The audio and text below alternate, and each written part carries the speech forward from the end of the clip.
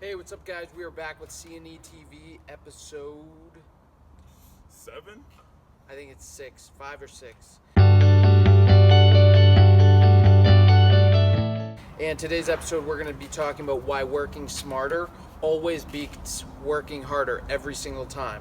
Definitely. So the first point is input versus output. So I actually went to school for engineering, and we were always trying to figure out how to put the least amount in and get the most out. So the least amount of work and get the most results. Think about a car. If you were to put X amount of gas in, let's say a gallon, you want to get the most amount of miles out of that car, right? So like you put a gallon in and you get 100 miles out. So another example of that is the top 10 richest men in the world actually have more wealth than the bottom 3.5 billion. And even if, let's say, those 10 people were to work 24 hours in one day, like that would just be 240 hours. And versus if the other 3.5 billion were to work 1 hour in that day, it would only equate to it would equate to a maximum of 3.5 billion hours of work. Yet those 10 men are still making more and have more portion of the wealth in the world.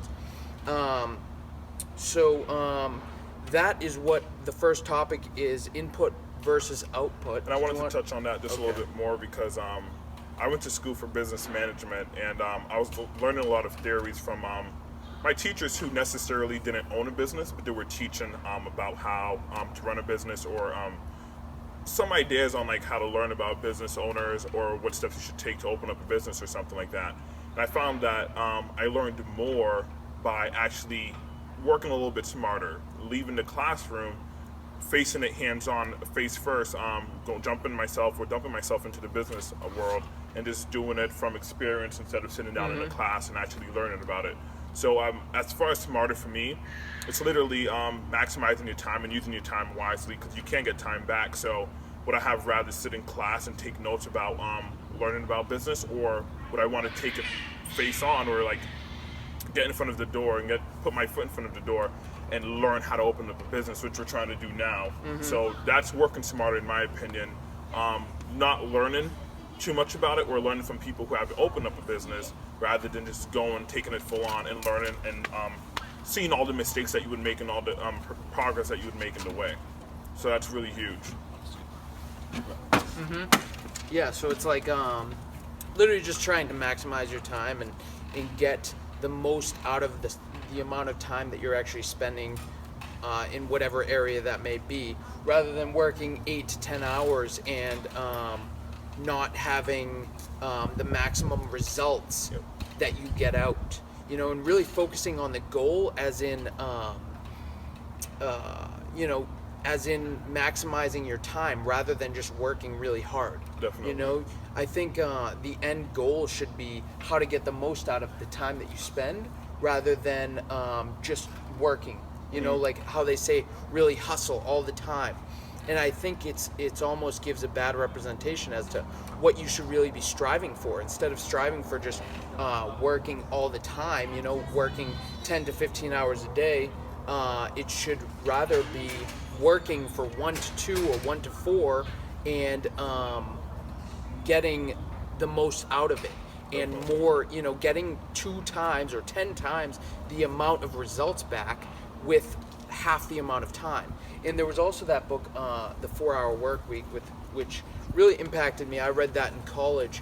Of course, you probably won't have a 4-hour work week. I know me and you, we work a lot of time, like a large portion of the day, but we get results back more than the average person would for the amount of time that we spend in each area or each source of income that we have. Definitely. So the next point is being aware and observant of typical trends. And that's huge, and we both could touch on based on that. But trends, we all know that when a trend comes out, it's going to be popular if a lot of people are following the trends, or if they're using those trends to their advantages.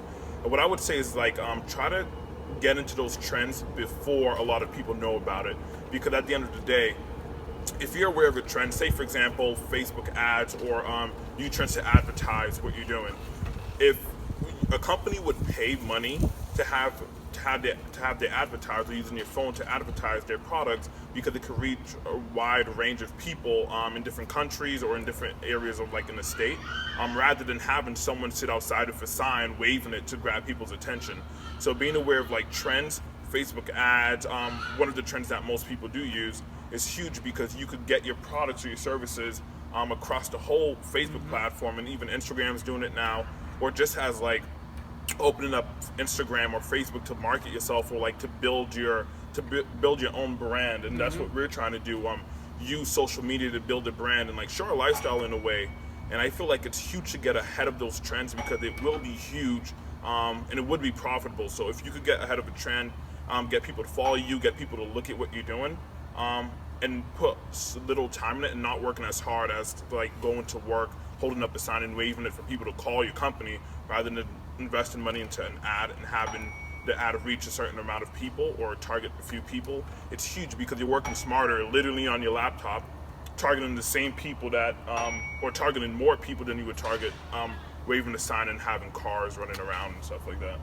And I think a way to do that, I was actually watching a video the other day, and it was saying about the baby boomers. So whenever the video, it had, as an example, it had a hose, and it was like a golf ball going through a hose, which the hose was a period of time. I think it was like the 1900s and the 21st century and everything like that. So it was the golf ball was actually the baby boomers going through this period of time. And whenever it got to a certain period of time, let's say the age range that the baby boomers were in, there would be another trend. So now I think the baby boomers are in the like 40 to 50 year range, or 40 to 55 year range. So whatever that age range would be going towards in terms of, let's say, products, or what they'd be doing, maybe it's health, because like medical things are being needed for these this older age group. Maybe it's a good idea to look into different health products, or something like that. Then if you know where they're going, that age group, the baby boomers, it's a huge population, then you'll be ahead of some certain trends. So I think that's a great idea to really look for. And as millennials as well, we try to capitalize on certain trends that we see coming, or we try to take a huge portion of that trend to try to like I said, capitalize it, because everyone wants to be ahead of them. And if you could get ahead of a trend or a starting trend, you will literally win. Like the fidget spinners, who knew that was going to be a huge success? People spending like millions of dollars just buying these fidget spinners, so that's really huge. So I feel like trends is like, it really correlates with working smarter, not harder, because you can find a trend, do a lot of things without doing a lot of like even labor work, or just working harder in general, trying to get sales or anything like that. And that ties into the third one, using your tools, and also leverage. So I think that ties into leverage as well, because you really want to have leverage in whatever you're doing. The more leverage that you have, the more impact that you can have. It can result to more of a loss, but it also can result to more of a gain as well. And if you know what you're doing, and let's say a certain trend is about to hit, then you'll have so much more leverage. Or if you know something's gonna hit, then you put all your leverage into, like, or not all of it, but a lot of it, and you can really be sure that you're gonna get a lot of return in your favor. So I think that's huge.